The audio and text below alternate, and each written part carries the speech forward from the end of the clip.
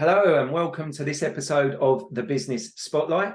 Today we have Miles joining us from Agility PR. Thanks for joining us today, Miles. Okay.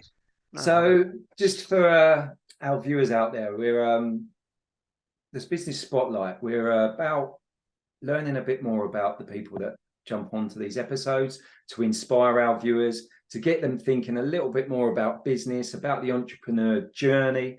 And obviously find out a little bit more about you, Miles, and a bit more about your business. So if you could kick things off for us by just telling our viewers who you are, what you do, and how long you've been doing it for. Well, thank you very much indeed, Mark. Yes. Well, I'm a fellow business owner here in Hertford. My name is Miles Clayton, and I specialize in rather lengthy topic, business to business technology PR. So in essence, that means working with tech firms that are selling to other businesses. So they're selling services, solutions, IT, consultancy, etc., to other businesses. And I've been doing this, believe it or not, for 30 years, Yeah. which sounds absolutely incredible. And I've been running Agility PR, which is my own agency, for just over 20 years. Wow. So Congratulations. roughly worked out what I'm doing over that period, and worked generally in agencies in Hong Kong and London before setting up Agility PR in 2003. Wow, that's brilliant. Well, thank you for sharing that. And what an amazing amount of knowledge and expertise and experience you must have for us today, Miles. So, speaking of which, what would you say makes you stand out from other agencies that do what you do in your sector? Well, one of the things I've focused on progressively, particularly over the last 10 years, is what I call thought leadership. So this is helping technology firms essentially differentiate themselves, not simply through their tech expertise, which is obviously part of the game, is to explain why their technology thinking and tools, etc., is so brilliant, but also their take on the market. In other words, what they think is important in the markets they're selling into. So very often we call this domain expertise. So take, for example, one of my clients is an expert in pensions technology, and I've been working with them actually for 20 years, believe it or not, Wow. to help them communicate what's going on in the pensions market from every which way. So in terms of regulation, in terms of financial advice, all the other pressures that are going on in that space. So Yeah. because they are able to communicate about all those changes, they are intrinsically embedded in that market. So they're considered part of the furniture. Yeah. And it makes a big difference to them because it means that they can have conversations more easily at board level in a sales or business development situation, rather than simply a project level or a departmental level. So that gets them out of the sort of what I call the doom loop of constantly being in highly competitive tenders, competing on price and all the rest of it. What they're basically saying is, we are the experts in your market. And by the way, we have all the technology to to deliver solutions that we know you need. So Wow. it takes that sales conversation up a level, Yeah. puts it through to the boardroom. So it basically means their conversations are more often than not involving the C-suite Yeah. at an early stage. Yeah. And I've got, a number of clients like that who say, yeah, that has made a big difference to us over the years. It's just enabled us to increase the value of our sales. It's enabled us to have stickier clients. We keep them for longer, Yeah. and higher value engagements. Wow, that's So brilliant. that's the essence of it. Yeah. No, that's a And it great. works for some clients, particularly clients who are are doing what I call consultative selling.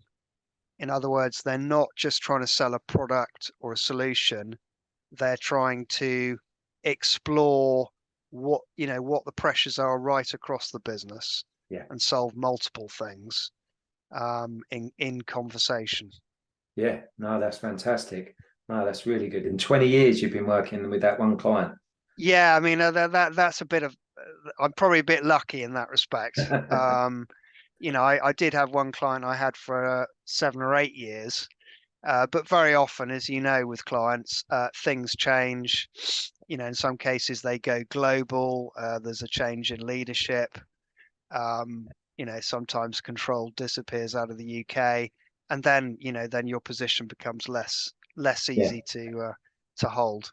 Yeah, but I mean, it's a great accolade to you, though, Miles. Obviously, working with a client for 20 years. I mean, obviously, you must be doing something right.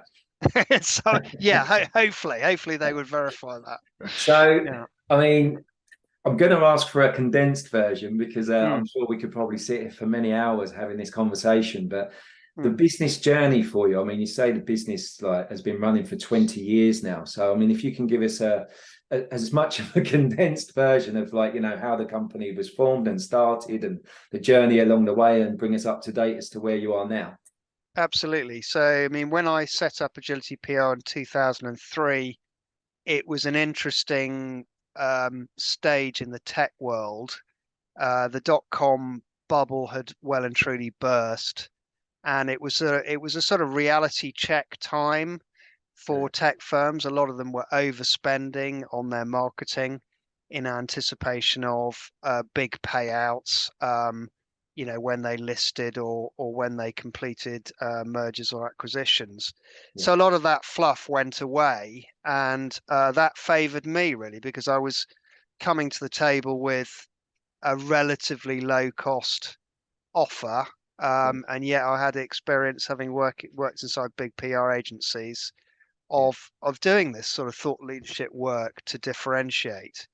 And I found that small and medium sized tech firms also found that of value because differentiation is always the big problem when you're selling technology. Everyone claims to be an expert in Python or user experience or whatever it is, and so really it's about being able to go a step up, as I tried to explain before. And so really it was just about taking that offer to startups and medium-sized businesses rather than the largest companies I've been dealing with beforehand. yeah. Mm. Wow, that's brilliant. Well, thank you for that. So now we're up to speed. I mean, what's the future hold for you, and more importantly, what's the future hold for the business? What do you think are going to be some of your biggest challenges coming up? Well, I mean, I think we can all recognise as I think wherever you are in in business at the moment, we are in a sort of slow growth, no growth economy. Um, and it's a world that in the tech world, what it means is it accelerates consolidation. So we're seeing a lot of businesses disappearing, being merged, being acquired, and a lot of that's being fueled by private equity money, etc. So that's creating a bit of disruption. It will create some bigger players. We're seeing that in some markets. Yeah, Um, and it also means that some businesses are under real pressure to deliver revenues. So again, having a strong brand is going to be absolutely critical. Differentiating is going to become critical for the people that want to be the winners. yeah, So I don't think that goes away. And the other thing about technology is it tends to do quite well in downturns because there's this relentless quest for efficiencies, yeah, which technology delivers. So you've got a kind of, in that sense, technology is quite resilient. yeah, If you set aside the fluff of areas like crypto and AI, which obviously are still in their sort of hype cycles, yeah, but if you look at the core of um, improving websites, customer engagement,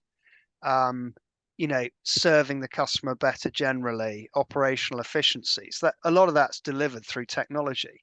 Yeah. So technology demand doesn't really go away.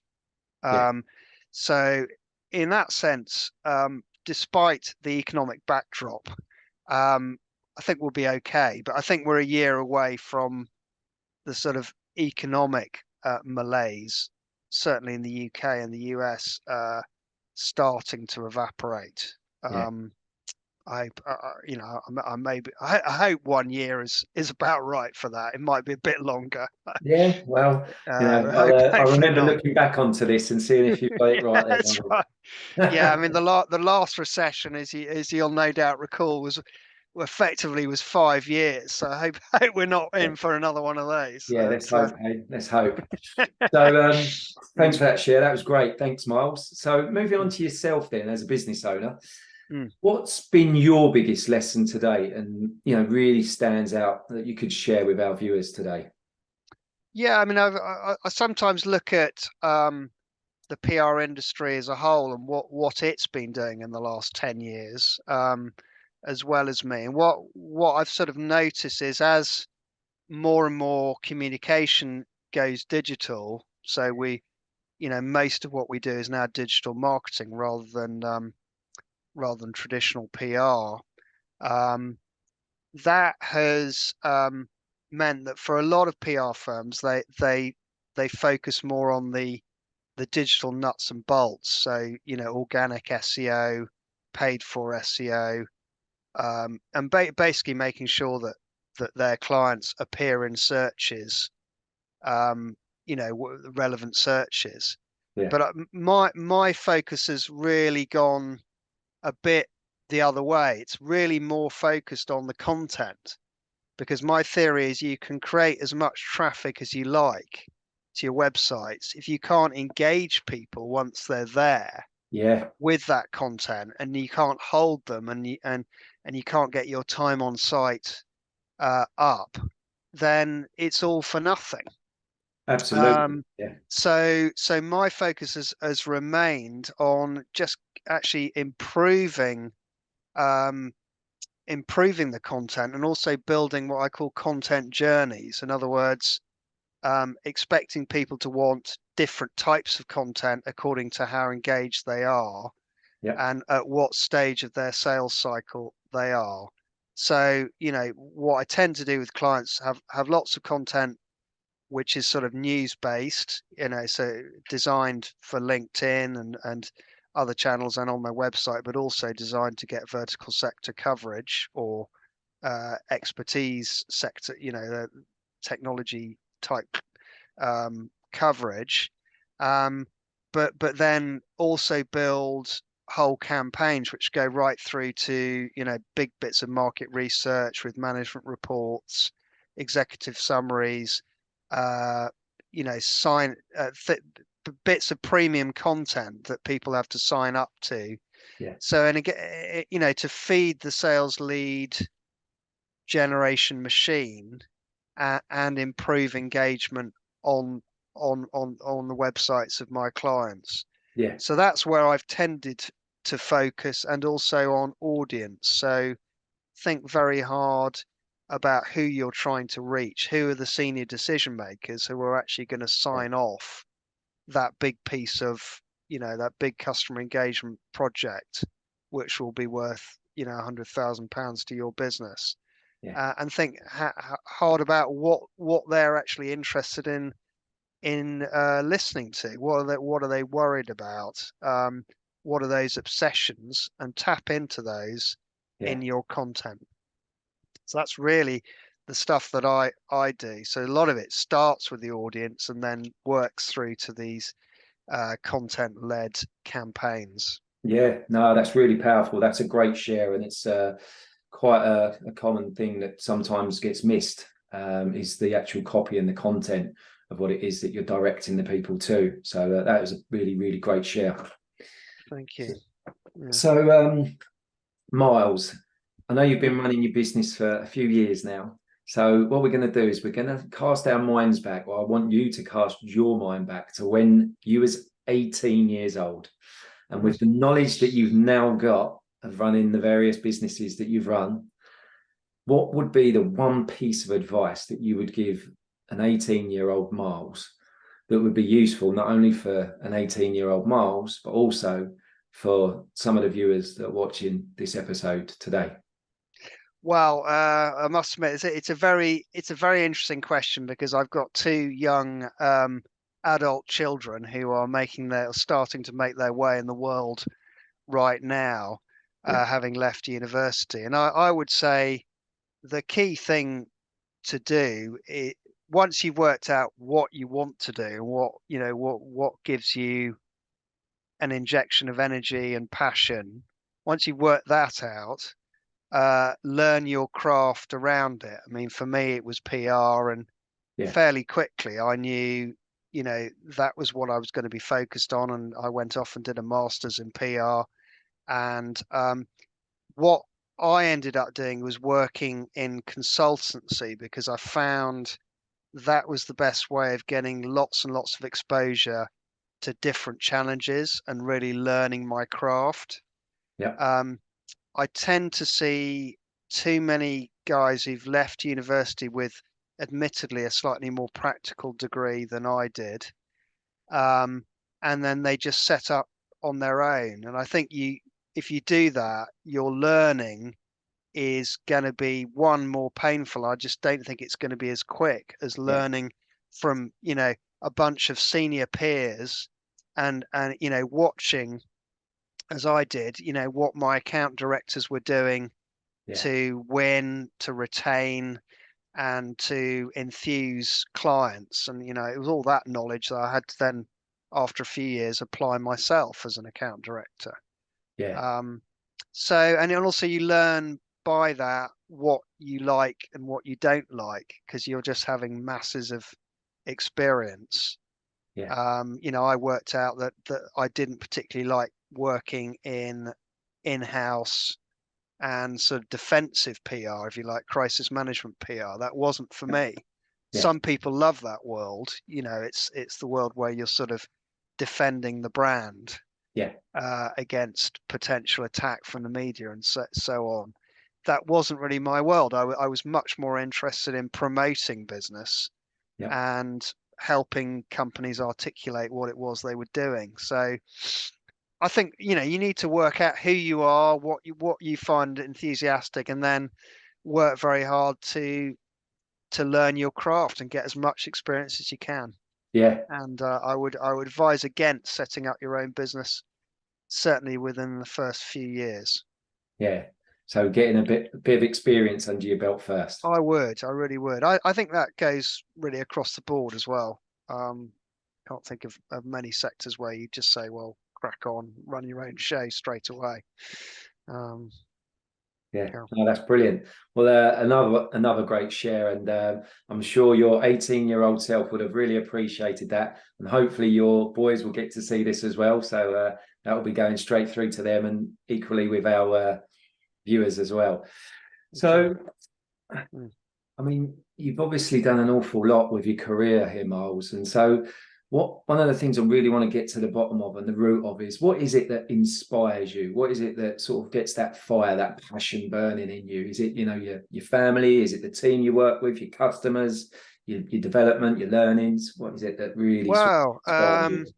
I mean, it sounds. I mean, obviously, yeah, making sure my kids find gainful employment is fairly is fairly high up on my list at the moment.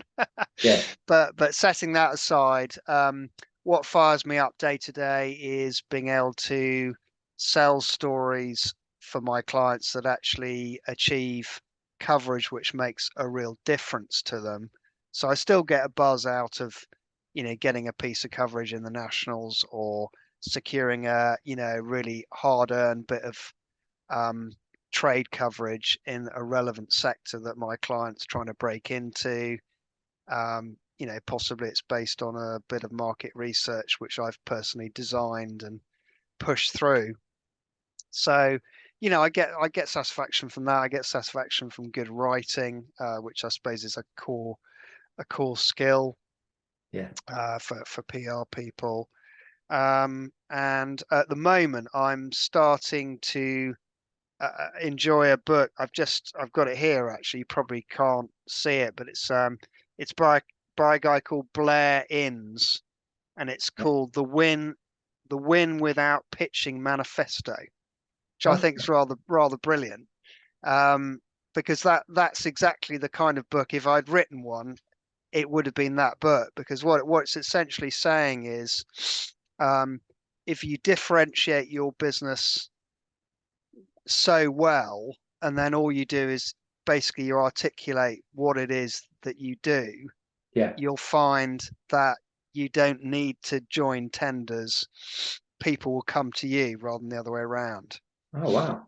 Um, and you see that with personal branding. If people get their personal branding right, for example, they become the go-to person for a very specific thing. Yeah. And you can do that with businesses as well. And to a certain extent, with what I've been doing with thought leadership, Yeah. it's about that. It's about being able to cut through the normal giving away your expertise for free in order to pick up a client, which is Yeah. essentially what pitching is. Yeah. Absolutely. But there's an interesting take on it, because he's saying that all creative people and creative industries have actually want to present. It's sort Yeah. of built into their DNA. Yeah. So they end up giving away a huge amount of their ideas, expertise, brilliance, Yeah. in order to win stuff, because they're kind of addicted to the process of pitching. And Yes. he said, one of the key things you need to do is get away from that. So, sorry, what was Um, the name of the book again and the author? it's called The Win Without Pitching Manifesto. Yep. I think it's a good encapsulation of the way successful business needs to go, really, through Yeah. differentiation, including No, that's PR agencies and marketing and no, that's ad brilliant. Well, agencies. Yeah, thanks for sharing that, and I'm sure some of our viewers will benefit from that book. So, thanks for that share as well. sure. So, Miles, on a sort of final note, just be good for our viewers today to sort of find out how they can connect with you, LinkedIn, websites, that kind of thing, and also if you've got any sort of news or offers that you want to discuss. Absolutely. No. So you can definitely reach me on LinkedIn. So it's just Miles Clayton there. I've got a couple of websites. I've got a sort of personal site, which is miles-clayton.com, or I've got Agility PR. So the logo you can see up above my head, agilitypr.co.uk. Not the .com. That's someone else. Okay. That's not me. So that's the other one. And yeah, reach out through any of those methods. I mean, in terms of this month, I'm offering a half price deal, basically on a what I'm calling a positioning for differentiation workshop. Okay. So, by all means, drop me an email at miles@agilitypr.co.uk. So until the end of October, I'm offering a half price on that, and it's essentially a half day workshop and then a write up of that with a view to improving your differentiation. And is that an in-person or an online thing, Miles? Either, whichever works better for you. Okay. I actually don't mind traveling, so I'm more than happy to do that face to Brilliant. face. If it's face to face, it'll probably be a 2 hour session face to face. Okay. No, that's Um, fantastic. Well, that's another fantastic offer and great share. Thank you so much for joining us today, Miles. So that's a wrap for us on the Business Spotlight episode. And as Miles has just said, if you'd like to get hold of him, you can contact him via LinkedIn or on any of the websites or the email address that he's just given. So, Miles, it just leaves me to say thank you very much. It's been great learning more about you and your business. And to all of our viewers, thanks very much for joining us on this episode of the Business Spotlight. and thank you, Mark, an action coach. Thank you.